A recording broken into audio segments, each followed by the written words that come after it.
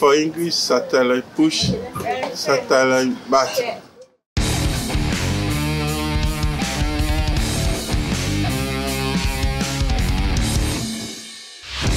Hallo zu einer neuen Reptil-TV-Folge. Mein Intro-Tierchen, eine rote Regenbogenboa. Allerdings das Ganze als T+-Albino bzw. Karamell, ne, Epicrates kenchria. Also so schon eine wunderschöne Schlange. Und wenn ich das Ganze noch als Karamell habe, finde ich traumhaft schön. Wirklich tolles Terrarientier. Und deswegen heute mein Intro-Tierchen für euch. Wir hatten zu einer Frag-Stefan-Folge wieder aufgerufen. Um ehrlich zu sein, manchmal denke ich mir, ach Mensch, Frag Stefan, was bilde ich mir ein sozusagen, um zu denken, dass ihr mich irgendwas fragen wollt. Ne? Ich denke, Mensch, ich bin so ein kleiner Stefan und bin doch auch nur langweilig. Was wollt ihr mich oder was wollt ihr denn von mir wissen? Und dann machen wir den Aufruf und es kommen wirklich, auch jetzt diesmal, waren, ich glaube, über 90 Beiträge oder Fragen oder beziehungsweise 90 allein auf YouTube, dann kommt noch Insta und Facebook dazu, also weit über 100. Das heißt, die Resonanz ist doch wirklich super. Ne? Also von dem her machen wir das auch immer wieder. Wenn ihr der Meinung seid, ach, um Gottes Willen, das machen wir nur anstandshalber, dass wir dich was fragen oder so, dann gebt uns einen Daumen runter. Aber wenn ihr der Meinung seid, jawohl, wir finden das interessant und die Fragen sind tatsächlich immer wieder toll und spannend. Also wenn ihr der Meinung seid, das ist ein tolles Format, dann gerne Daumen hoch und Kanal natürlich abonnieren. Und dann wird es das in einigermaßen regelmäßigen Abständen auch weiterhin geben. Und dann komme auch zur ersten Frage, der Smith 85 PS. Mich würde interessieren, weshalb es keinen Versand von lebenden Futternagern gibt. Wir verschicken keine lebenden Nager, weil, also ich nehme an, du meinst, wieso mir speziell keine verschicken. Ich denke, ein Säugetier verschicken, das geht fast gar nicht. Ne? Das Tier ist ja runde 20 Stunden unterwegs. Gar kein Problem für ein Reptil, das packe ich ein, wenn das einigermaßen warm hat, das ist geschützt, ich sage immer, das hat einen Tag schlecht Wetter, wird es auch in der Natur so geben, Reptil macht das nichts. Ein Nagetier, der braucht sein Futter, sein Wasser, der hat Stress, ne? Wenn der hin und her gekarrt wird, schüttet der bestimmt Stresshormone aus. Also das finde ich nicht okay, auch wenn es Futtertiere sind, aber den Stress sollte man denen nicht aussetzen. Dazu gibt es Frostfutter. Oder aber, also ich bin jetzt auch niemand, der sagt, oh, auf gar keinen Fall lebend füttern. Man kann lebend füttern, aber dann sollte ich gucken, dass es diesem Futtertier davor nicht unnötig oder dass ich dem nicht unnötig Stress und Leid zufüge. Deswegen, wenn ihr lebend füttern wollt, sucht euch einen Züchter in eurer Nähe, fahrt dahin, holt euer lebendes Futter, verfüttert es, die Schlange, tötet das Futtertier. Schnell und artgerecht sozusagen, aber das Verschicken bin ich definitiv dagegen. 88 Jung fragt: Hallo Stefan, wenn man bei euch Schlangen kaufen will, bekommt man einen Zettel mitgeliefert, wo Information steht, letzter Fresstag, Häutung und so weiter. Liebe Grüße, Jan. Ihr bekommt natürlich sowas wie eine Rechnung mit, da steht dann zumindest Name und Jahr des Tieres drauf. Wenn es ein Tier unter Artenschutz ist, bekommt ihr natürlich den Herkunftsnachweis, beziehungsweise bei Anhang A, die zieht es mit dazu. Oder, also ihr bekommt natürlich alle notwendigen Dokumente. Darüber hinaus sind wir tatsächlich etwas sparsam, was Informationen betrifft. Nicht, weil wir zu faul sind oder weil es, was weiß ich, weil wir das nicht wollen. Ich glaube, dass viele Sachen einfach keinen Sinn machen. Also ein Punkt, der bei einer Schlange vielleicht noch Sinn macht, ist letzte Fütterung. Wobei, also wir füttern Jungtiere wöchentlich bei den Schlangen, aber natürlich auch nicht einen Tag vorm Versand. Ne? Das heißt, wenn ihr das Tier bekommt, könnt ihr davon ausgehen, dass es rund eine Woche nicht gefressen hat.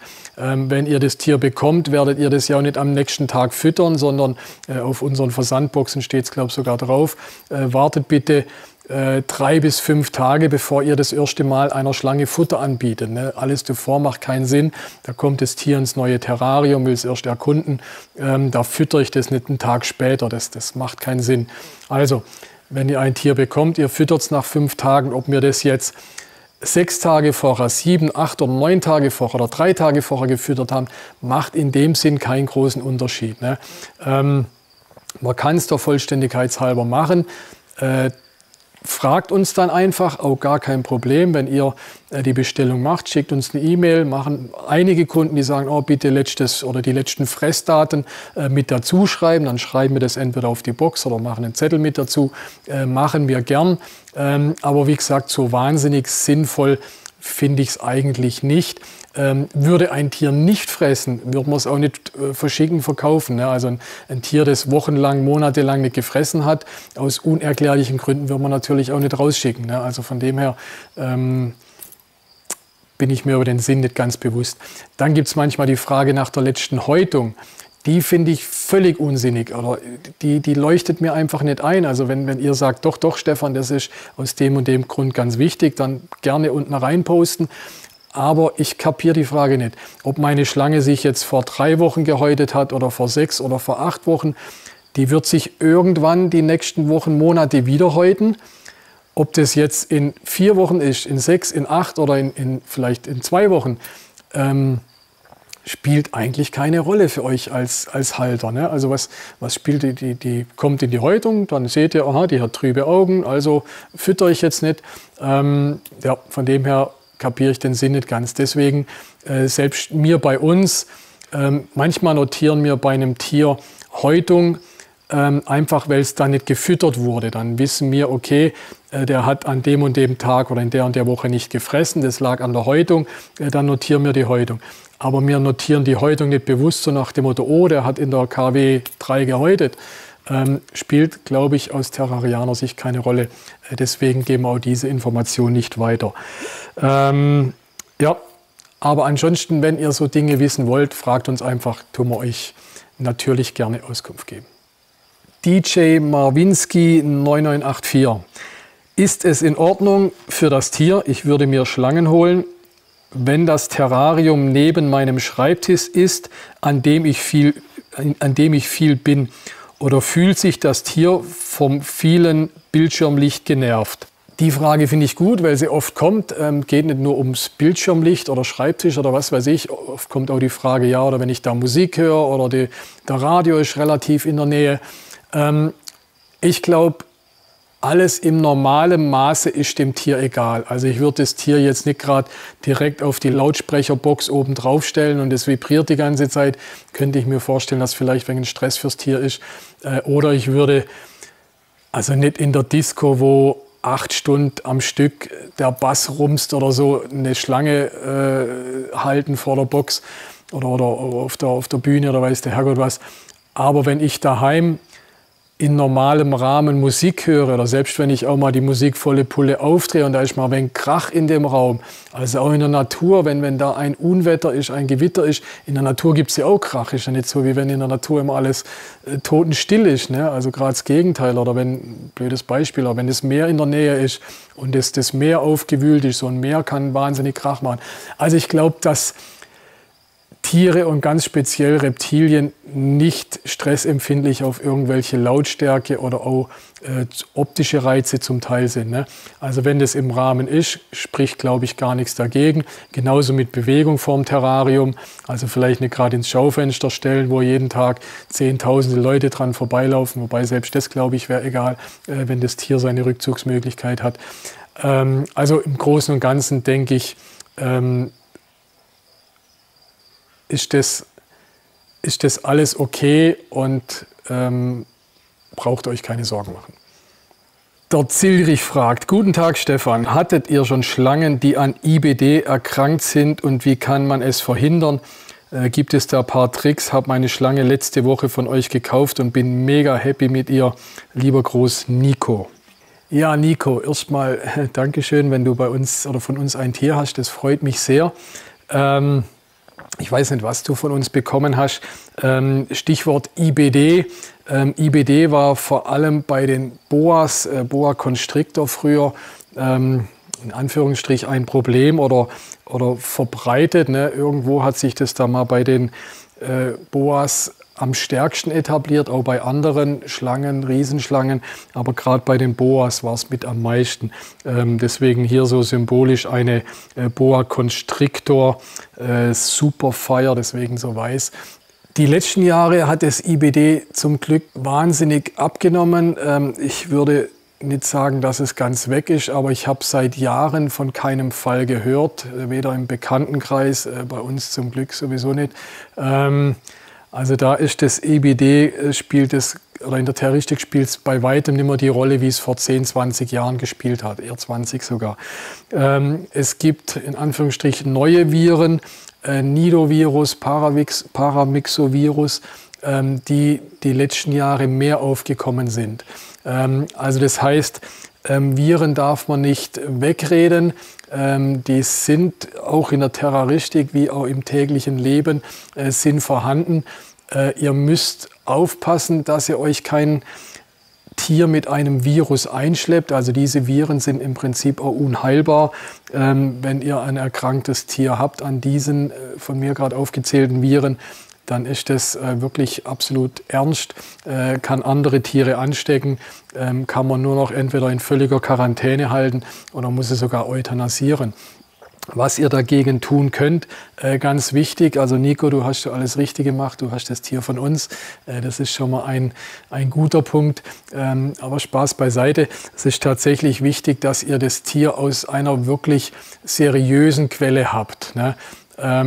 Seriös auch deswegen, Nico, würdest du bei uns ein Tier mit einem Virus kaufen, den Virus nachweisen, dann hätten wir natürlich auch ein Problem, ne? Weil dann würde es heißen, oh, bei M&S Reptilien, die Tiere haben Viren, das wäre wirklich ein Problem. Was passiert, wenn die Leute auf Börsen oder irgendwelche Kleinanzeigen im Netz sich irgendwo eine Schlange billig schießen, ne? Also umgangssprachlich schießen, irgendwie so ein Schnäppchen machen, die womöglich schon durch 3, 4, 5 Hände vorher ging und so weiter. Dass ihr da natürlich ein viel größeres Risiko habt, euch ein Virus einzufangen, das ist natürlich auch Tatsache, ne? Also bitte jetzt auch nicht unterstellen, jetzt macht er nur Werbung für sich und seine Tiere, will ich gar nicht. Ich spreche einfach von seriöser Quelle. Seriöse Quelle ist auch ein seriöser Züchter, ne, den ihr kennt, wo ihr wisst, der züchtet die Tiere selber. Ihr habt das Tier aus erster Hand. Sowas ist seriös und das ist wirklich wichtig, darauf zu achten, weil sonst habt ihr das Risiko.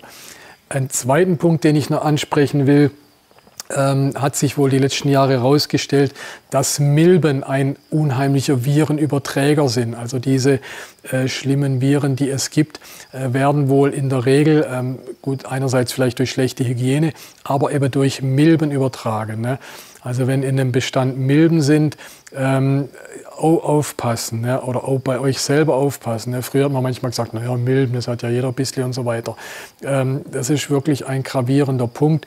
Sollte man wirklich gucken, dass wenn man Milben sich eingeschleppt hat, und das passiert in der Terroristik definitiv, Milben sind das Leid des Terrarianers. Aber ganz wichtig, unternehmt was dagegen. Die Milben müssen weg, weil die Milben können wirklich schwere Krankheiten übertragen.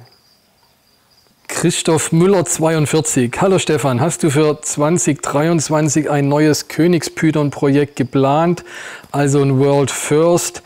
Und auf welche Nachzuchtkombos freust du dich besonders? Hast du wieder Ultramail-Projekte am Laufen? 2023 wird, glaube ich, wieder ein tolles Jahr. Ich glaube, es wird sogar überdurchschnittlich toll, weil wir wirklich ein paar echt coole Projekte am Start haben. Wir werden sicherlich wieder eine Brutraum-News-Folge machen, wo ich euch die neuen Sachen vorstelle.